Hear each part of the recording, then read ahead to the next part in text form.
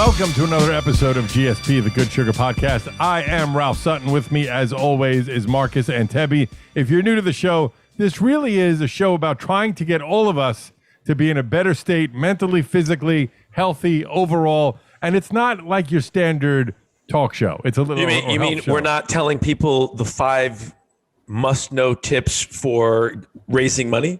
Yeah, I'm not a big fan of finite lists. So I'm going to tell you my 5 reasons why. You know what? You get that joke? Yeah, that's really funny. No, I get it. You know, I think today's subject is actually really important for our listeners to know right up front that Ralph came in heavy with with a subject that's been on his mind for the entire week. Ralph, why don't you tell everybody what that is? I'm going to tell you. First, I'm going to give you a couple of notes. So this is what it is. I get asked to do things very often, like, hey, can you guest on this podcast? Could you answer these questions? And this company sent me a long document, and it was about how to stay resilient. And I realize that is a question that a lot of people will ask me indirectly. How do you keep running when it's fucking freezing out? How do you do, certain things? Like, why resilient are you is the word, or do you mean resilient? Yeah, that you're sticking with it. Fortitude? You mean like fortitude, like robust? However you want to look at it. Persistent. But I think resilience, the strength, finding the strength. Okay. Like, for instance, yesterday I went on a run. When I woke up, it was 20 degrees out. Do I want to go on a run at 20 degrees? Of course you do. So that's going to be the main topic, but I have to give you a couple of quick updates. First, okay, go ahead. I'm excited. If you're new to the show, I try to give the running update every time we do the show. It's a big part of my life. I've become a runner. I identify as a runner. And so this week I'm doing 4, and then a half marathon. So tomorrow I'm doing my next half marathon with my cousin. The goal is at least 12 and possibly the half. The reason why is there's some debate because my first official race ever is in February, and my cousin, who's been my guru, thinks I shouldn't run a full half again until the marathon, which is 2 months away from today. So we're probably going to stop at 12. But 12 is still a crazy long time for me to run. It's 2 hours. It's nuts. Well, no. I mean, I don't think it's nuts. I think it's great. I think that what you're developing are these habits that are going to create this very thing that you mentioned in the very beginning, which is fortitude, because you're pushing yourself to your absolute limit now. Later on in your life, when you reach a crisis, emotional crisis, or you're tired, or there's an injury, or there's an illness, you'll have something to dig into as a reference point of how deep you can go without dying. And so you can always find another layer deeper to go in your life. So I think this is training what you're doing for mental hardship. I agree with that. A lot of it is you realize how strong your body is and how much it wants to adapt. The thought of me, like tomorrow morning, I think it's going to be like 28 degrees in the morning, figuring out what jacket to put on in freezing cold weather and then just go do that. It's like right now it's freaking me out, but I still do it. So, well, I have the 5 most important things that you can do to be resilient. Wait, before you get into it, because I do have a list, and I'll explain why in a second, because they made me write a list of 5, which I hate doing that. But then it's 5? They gave me, I have 5, right? So they asked me to write out 5. So I did write out 5. And it's 4, by the way. It's a magazine called Authority Magazine, and that's what I just what I did it with. But also, by the way, Marcus, before we get into that list, I did something yesterday that I had severe fear of, and I'll tell you why. I asked 10 people, have you ever gotten a cortisone shot? And it ranged from the most pain I've ever experienced in my life to, it wasn't that bad, right? Have you ever had one yourself? I think I did when I had a skydiving injury in 1995 and I crushed my feet. I think that post-surgery, I had some surgery done. I think there was some cortisone getting shot into there. But I think at that time also I was on some painkillers, so I wouldn't have noticed. So I'm going to exclude myself from the conversation of saying I know what you're about to experience. Well, it was interesting because I went in, I had a little fear because it was actually my mother and my brother both told me it was excruciating, and my friend Alan, but a few other people that said it wasn't that bad.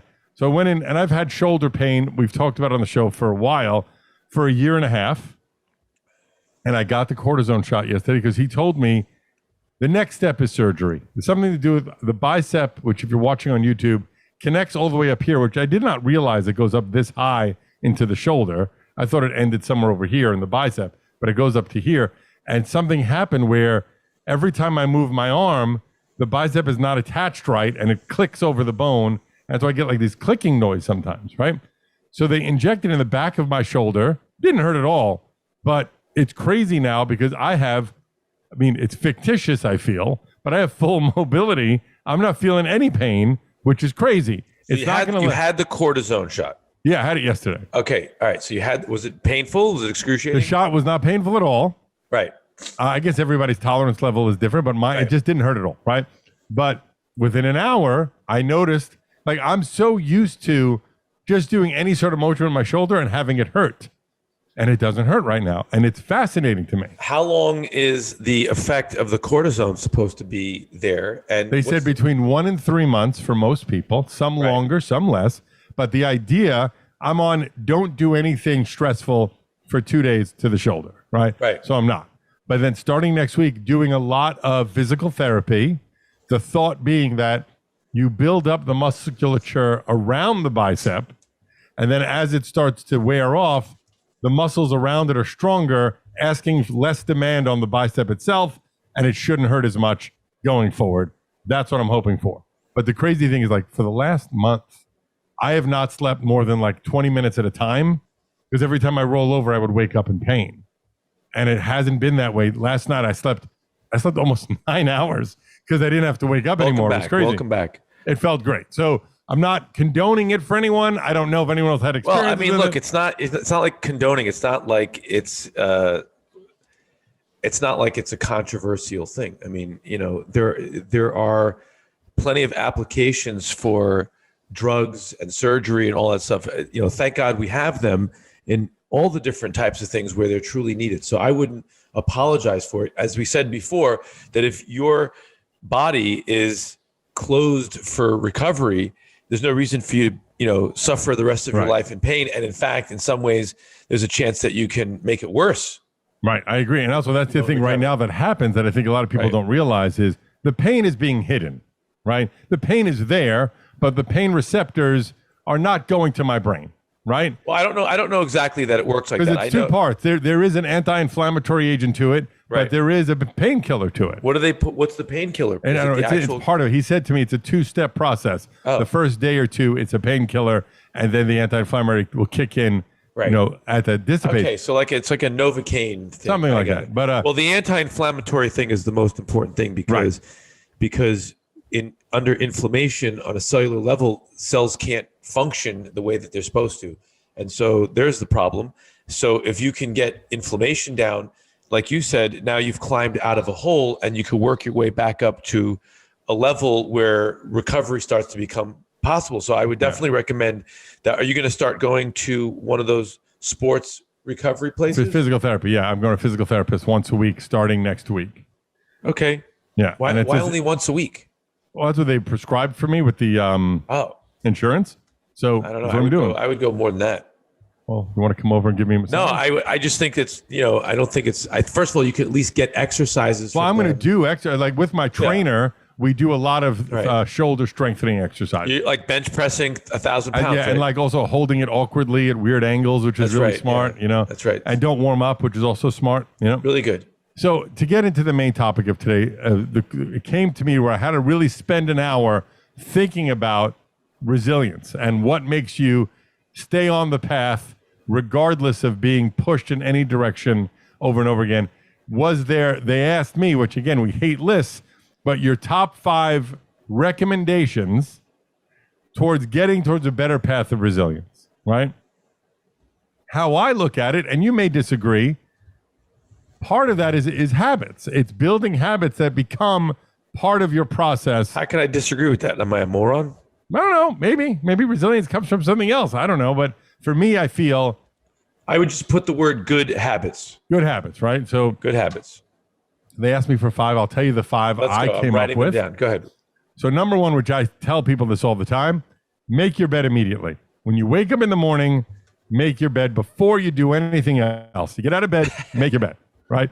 The reason why is, A, it's nice to have a clean apartment, but B, you automatically have a sense of accomplishment that takes 30 seconds. I did something already. I started by ticking something off my to-do list. What if for some dude, his sense of accomplishment comes from the first thing he does in the morning is he takes a pee standing up and he hits the bowl the whole time. Nothing goes over. He feels a sense of accomplishment. Gets in sense of accomplishment. Yes. All right.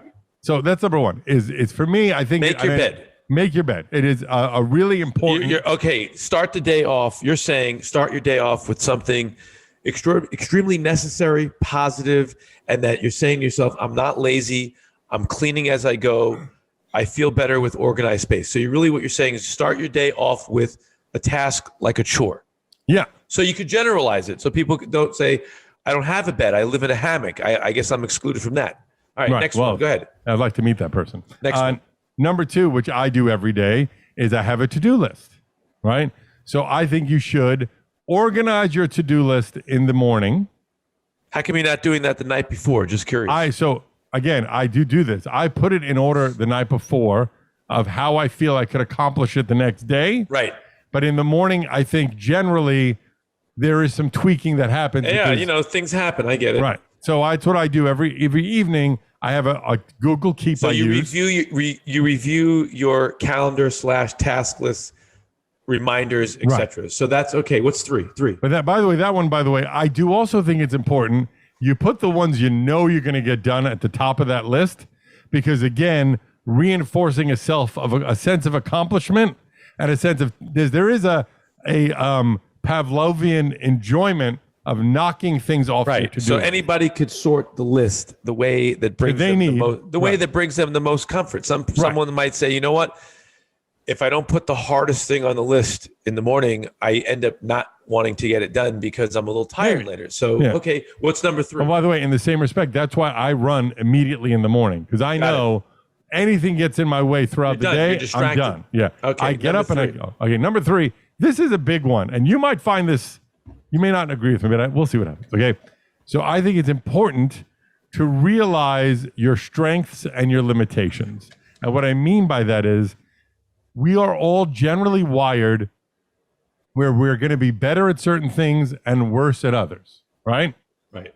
Some people can sing. I'm sorry, I'm confused. I thought this was a list for the day. Well, no. This is a list of resilience. How to build your resilience. So I just want to be clear. You're saying this one, unlike the make your bed first thing, to-do list second thing, this one is a general thing that you do.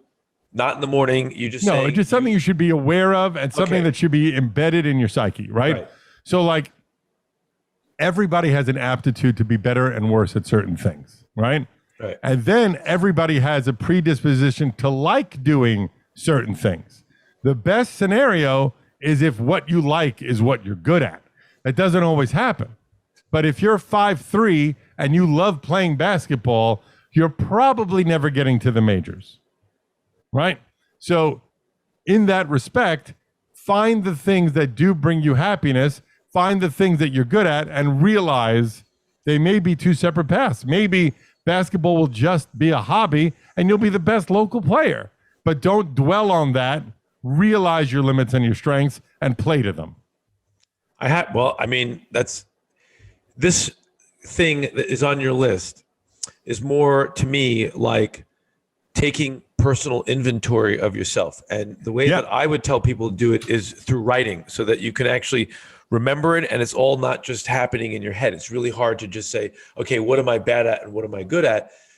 There's a way to write this out where you can talk about your character defects, the things that you don't like, whether you like traveling and why not. And are you good with friendships? Maybe that's something that you're weak at. You want to look at your weaknesses so that you can then make a list of things that overall in your life that you're working on, because otherwise what you're just relying on is the natural evolution of your life. Certainly if you're a good person and you have generally good habits, you could count on a certain amount of natural progress and growth. Mm-hmm.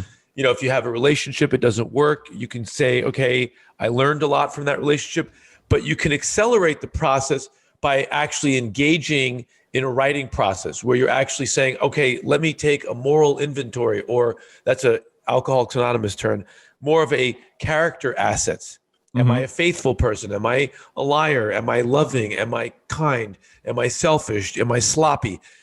You face yourself. You don't have to. It's not for the purpose of beating yourself up and causing judgment. No, it's agree. Of course, it's an opportunity to basically cast who you are out in front of you, like you're looking into a mirror. Go ahead. And then what I think is also really important in the business world, I'll use my Gas Digital as an example. I don't like social media. I'm not a good promoter. I don't want to be streaming live every day. I don't want to be talking, hey, everybody, going to buy socks. Like, I don't want to fucking do that, right?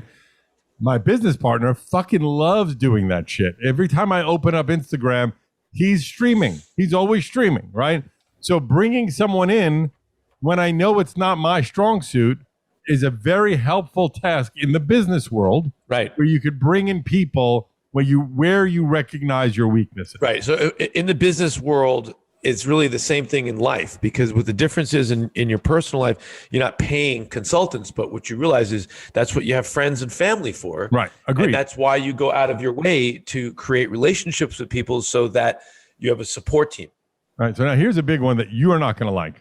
So far, you said that about mostly all of them. Now this one I'm pretty sure. I agree with them. The one thing I struggle with is that if YouTubers were coming on our site to listen to easy ways to get your life together, we're giving them more, we're older school.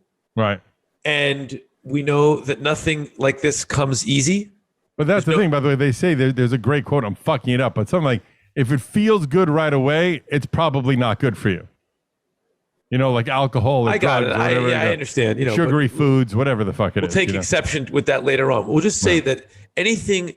Look, if a person is listening to the show, that means that they enjoy health and wellness topics. Right. They're not looking at us on YouTube because we're the best looking guys, or we have great fonts and chirons. Speak for yourself. I'm not doing backflips, and you're not setting yourself. You look like the guy that was at there's in a car lot selling cars, those little balloons. Wildly inflatable man. Yeah. The idea is that self-work is not easy. No, and it's also lifelong. It's not. Yeah. Also, you got to remember, we all have natural problems. We all have our fears, our anxieties, our distractions, our obligations, our hang-ups, our protective barriers that we create, personality defects. We all have them, whether you like it or not.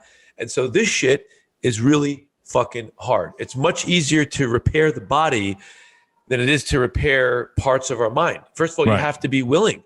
So if someone's listening to a podcast like this, to me, it says that person is willing to work on themselves. And then what they need are people with experience saying, okay, here's step 1, 2, 3, 4, and 5.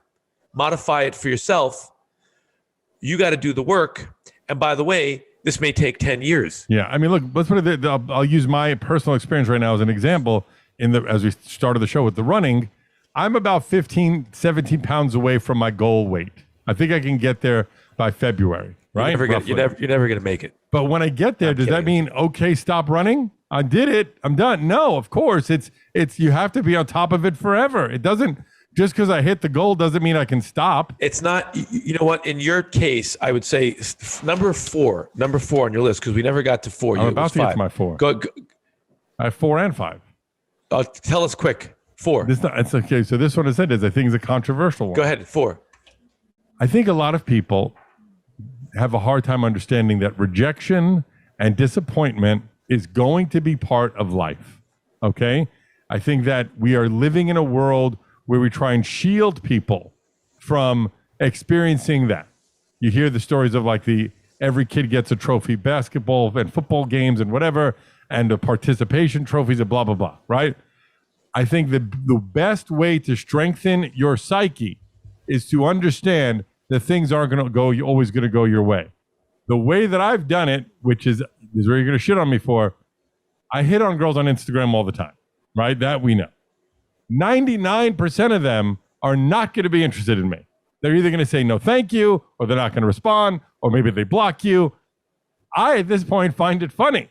I mean, it's not a big deal. And I think in the beginning, it would sit with me. Because, oh my God, I texted this girl, hi, how are you? And she said, don't bother me, and block me. But I think after a few years of doing it, I can shrug it off and move forward. You get used to it. It's the same thing as I forgot they was some submersion therapy. Like if you're afraid of bugs, the best thing to do is it's not the best thing to do. It's one form of treatment. They say it can make things worse for certain people. Of course, heighten their anxieties. I agree. It's not 100%. This is what's worked for me. Again, so by building up that resilience or that callousness towards it has made it easier to handle rejection or to handle disappointment in almost every aspect of my life because I'm used to hearing no. It's okay. Just keep going. Right. That's my thoughts. So, what do you step think? 4. So well, aside from the nonsense of the internet stuff, which I'm not judging, it's just silly. Sounds like you're judging.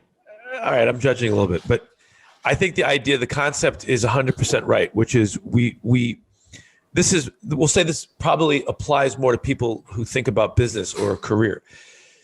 If you're in an industry where you have to put yourself out there and possibly face rejection and you don't do something because you just don't want to be told no, what you're talking about is building up the understanding that most of the time you're going to flunk and fail and be rejected, but you got to keep doing it because it's a numbers game. If you go outside and ask 100 girls if they want to go on a date with you, one of them has to say yes.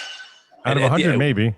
Well, and when you're on that date, it didn't make a difference that 99 rejected you, which what mattered is where you got. And so, yes, there are people who definitely have to work on their bruisability. There are people who, for whatever reason, are extremely sensitive and fragile. Perhaps maybe they've never had to face any kind of rejection. And so that feeling of rejection might be too difficult. Or some people might have been rejected significantly when they were young or humiliated. And so they shy. It's very natural to shy away from that. So what you're saying is that you've become callous. And so callous, no, I don't think it's callous. Callous is the wrong word. I would say that it just doesn't bother me, but I don't know if callous is a strong word. I don't know, but whatever it is, I think you've built up a toleration for the feelings of rejection. Number 5, what's number 5? And this is my last one. I think this is a big one, right? And I've talked about this before. Oh, that's cute. I hear your kid.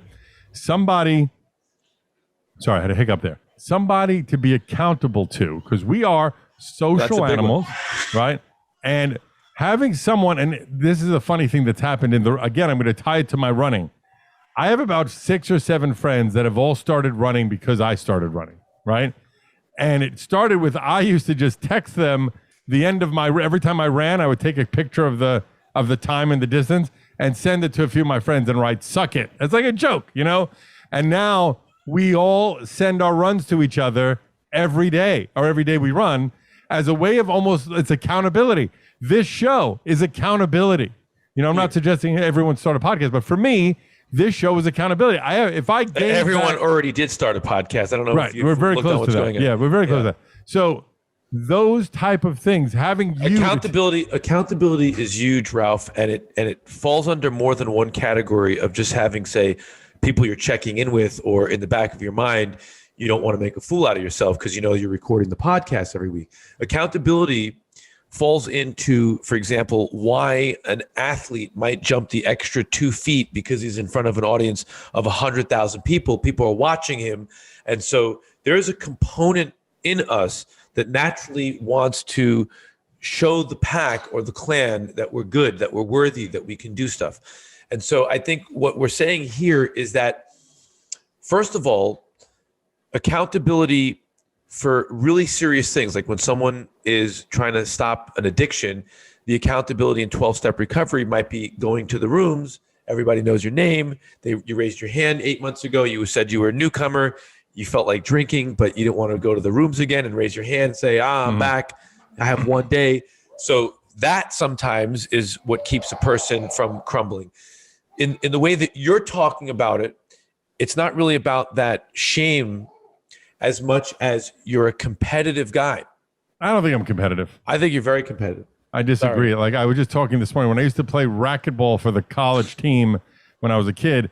I always thought it was funny. It's like, oh, this guy's trying to get points on me. I'm trying to get points on him. Why do we even care? I thought it was funny. You're not competitive in that way. I've watched you, and I think, first of all, you would never be as good at what you do if you didn't have the ability, if you weren't you're a competitive business person. I hear you a lot. You take pride in how you always answer your phone when it rings, and Maybe how you are with appointments. Competitive towards myself. You have a sense of competition. I'm not judging whether or not you're an asshole about it or whether it's golf with your friends. I'm just saying you do have some competitive drive, and a competitive drive, when is not over attached, is a healthy component of a healthy human mind. Fine, I'll accept that. I will accept that. I'll give you this is my bonus topic, my bonus one, by the way, that has nothing to do with resilience. This is 5A or 5B? It's 5, subset 5, but there's nothing to do with resilience, but it's something I recommend everyone to do. And every time I tell them that, they're like, yeah, I don't know why I've never done this before. So I'm just going to throw this out to everybody. Again, nothing to do with resilience, but it will make your life easier. You like to take your clothes off and run up to a window of a preschool and just press your genitals against the window. Give pressed ham for Christmas. That's so strange. Open your wallet, right? Take everything out. Take a photocopy of every fucking thing in your wallet. Write down who do you contact if you lose it. Write down your card number and save it in the cloud with a password on it. That way, if you lose your wallet, if you lose your purse or whatever it is, you have a fucking easy answer. Okay, what do I do now? These are the 8 things in my wallet. These are the 8 numbers that I call, and I replace it and just keep it in the cloud. It's a goddamn lifesaver. What if you got 60 credit cards? Even if you do it. Okay. So I'm not going to make fun of that. I'm going to just say that what you're just basically saying is that you like to operate your life. You have systems. You know what else I have? I have a list of every doctor I've ever went to, their phone number, and what I thought of them, what their specialty is. OCD. Of course. Right. No, you know what? What you're saying, so that everybody understands that this doesn't have to be for every person, is that when you do your written inventory of yourself over a couple of months, because it takes a lot of time, because you're not going to think of everything right away. And I should post a sample inventory because I have one that's 65,000 pages. I've been writing it since I was 15, and I'm constantly adding to it. Right? No, it's mine. It's personal. So I'm not writing a book. I write about how I think. I write about my mistakes. I write about the things that I think I'm good at. The inventory is a great place, by the way, to brag if you need to. Like, oh, I'm really good at this, because it's private, as opposed to having low self-esteem and running around all the time having to tell people how great you are. Telling yourself that you're great for the right reasons is also really a positive thing to do, right? So the kid agrees. What I was going to say, which brings us back earlier, because I got distracted by the sound of that cute little baby. You said that when you reach your goal weight, I can't just stop. I've got to work for the rest of my life. Right. I want to make it clear that, babe, bring her over here. I'll hold her. Why don't you think about this? Just put tape on her mouth, Oh, that's a good idea. One of the things that you said before was that when you reach your goal weight, there's no way that you can just stop what you're doing. You have to maintain. And it's just really important that we recognize that on your list of things, like habits, I would do a different list, but I really appreciated yours. One of the things that I would say that came up for me was probably number 5. The last thing after you have your entire list is to number 6. No, it's number 5 after your first 4 is maintain your program every day. 7 days a week of your life. You cannot fall away, because the natural tendency of us is to be lazy. Well, let me just interrupt you. That's what the whole goal is to get to the resilience to where you do that. That's what people are hoping to find. Resilience sounds like, to me, a word that you would use to say you're bouncing back. I think it's more of a character of consistency and fortitude, and it's maintenance. It's resilience is not the right word. I don't think it's resiliency means you got injured and you bounce back. It means like spring back. Yeah, how you come back. Okay. Right, I agree. So what you're really talking about is, first thing, if your life is falling apart and it's just shit show, okay, that's where you're at. Now it's a question of resiliency. How do you bounce back, and how do you get back to reset, and you're at 0? When you're at 0 and your life's not a shit show, you now have to get to the next level, which is you're back on the path of accomplishing the things that you feel that you need to accomplish to be happy. And Right. so the last step after that is to say, okay, I got everything. I got the house. I got the car. I got the wife. That next thing is to look at that and say, holy shit, I arrived. If you can't stop and look at yourself and say, I have everything to be grateful for, this is my life, then you're not succeeding. Right. I agree with that. There's also that quote, I forget who says it, but I've said it so many times, which is, when is enough enough? Like, when do you take accountability of your life? And what I mean is, no, because the will and the ego can never be satisfied. It is the function of their existence is to strive and try to survive. So the idea is, if we allow ourselves to just be over-identified with the will and the ego, we can never be satisfied. We can have all the riches in the world and wake up and something's wrong. I know, because I know a lot of wealthy people who are like that. Right. So the idea is to temper that will and ego and find that balance, or find that happiness with what you have, and appreciate what you have. You temper it, meaning you have to know when you're allowing too much ego, too much will. You have to see that. Right. It's very difficult. And then what you have to do is you have to create another category of your life, which is the category of mental stillness, where you recognize that everything is changing. You're moving towards death. No matter what you do, you're going to die. Right. You're going to have, like you said, you're going to have failures and successes in your life.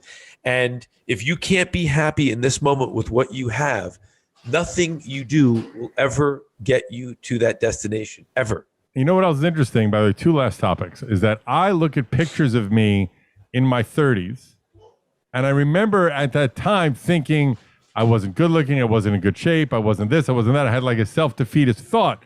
But I look at it now, I'm like, wow, I look great back then. What the fuck was I complaining about? And right? You look great now. So now I've taken stock into being more happy with, just be happy with who you fucking are. Well, you know what? It's also part of your age. It's very difficult for a young person to know how to do a lot of things, because It's not instinctive. Remember, we're cerebral thinkers. All right, wait, we got to, your kids, I don't mean to be rude, but it's going to be hard for people to listen to this. I hear you. She's so good at that. Just again, it's about, I said that I looked at myself in my 30s, looked at myself in my 50s and being appreciative. And you said it's hard for a younger person to do that. And I agree. There's that classic quote, youth is wasted on the young. I get it.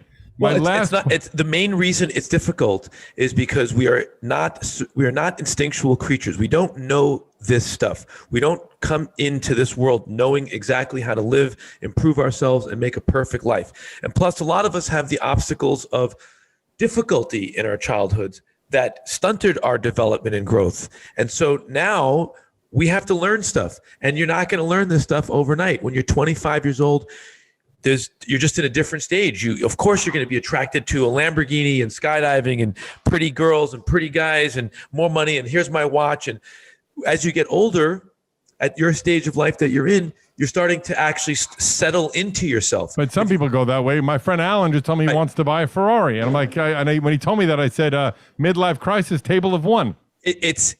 We could judge it and laugh, but what we could say is that everybody is on a path, and people will find what we're talking about at different stages of their life. You're at a stage of life where you're very fortunate, where you're waking up your consciousness, and that you are a self-actuated person. You're doing self-help on your own, and it's only going to get better, and you're only going to expand more and more based on your willingness to do self-improvement work. If you freeze and stop working and you don't go to the next level, that's where you'll be stuck. And there's nobody to judge but you. Doesn't affect me one way or the other if you don't do the work. But I would say to you is what you said about the maintenance after 17 pounds more to go. You will always be struggling with addiction, low self-esteem, depression, self-doubt, until you complete the work or get really close. You got to dive in and you got to find out what causes you to have negative feelings. It's not just because it's a natural way of thinking. You have hangups that you've been carrying. Right. We've talked about this on the show. So do I. So it's much faster. Everyone. It's much faster to say, let me do the work I'll be miserable for 3 years. Right. I get you. I agree with that. I agree with all You that. do the work, and then you wake up, and suddenly you're able to do things you weren't able to do before. The anxieties go down. Relationships with people improve. Let me ask you one last question, and then we're going to wrap this up. Are you enjoying the baby sitting on my so cute. shoulders? It's hilarious. I get it. Here's the question. Totally unrelated to everything. What is your sock game like? I have the shittiest socks. I wear white and black, gold toe socks, cheap, come in a bag. I've had them for my whole life. But I feel I'm at a point where I want to look at better socks. Do you care at all? I care a lot, and I don't think this is one of those things that you should come back on the show and say, ask 10 people about socks. No, I'm just curious. What's your thought on socks? The buck's going to stop right here, okay? You have to go and buy wool socks if you're not a vegan person, because that material breathes very well. It's extremely warm, and strangely enough, it's not hot in the summertime.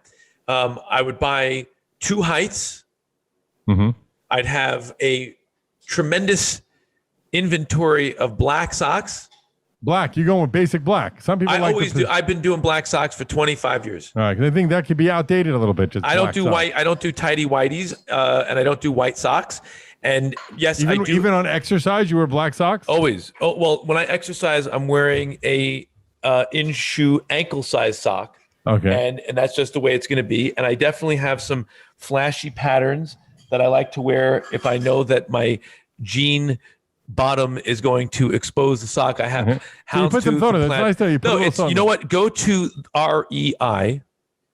Because they have a great assortment of wool socks. Well, it also limits, because I have to get the sizes where they make it for 13 to 16. Listen, stop telling people about your penis size, okay? All right. If I may interrupt, yes, Brian. I hooked Ralph up with a company that makes the best socks. Sorry about the plane. Are they wool socks? They are. There you go. That's all that matters. I'm gonna take a look at it all. It's been weighing me down the last couple of weeks. Probably that topic will not get us more YouTube I don't know. Maybe a lot of men are worried about We should call this episode sock game. No.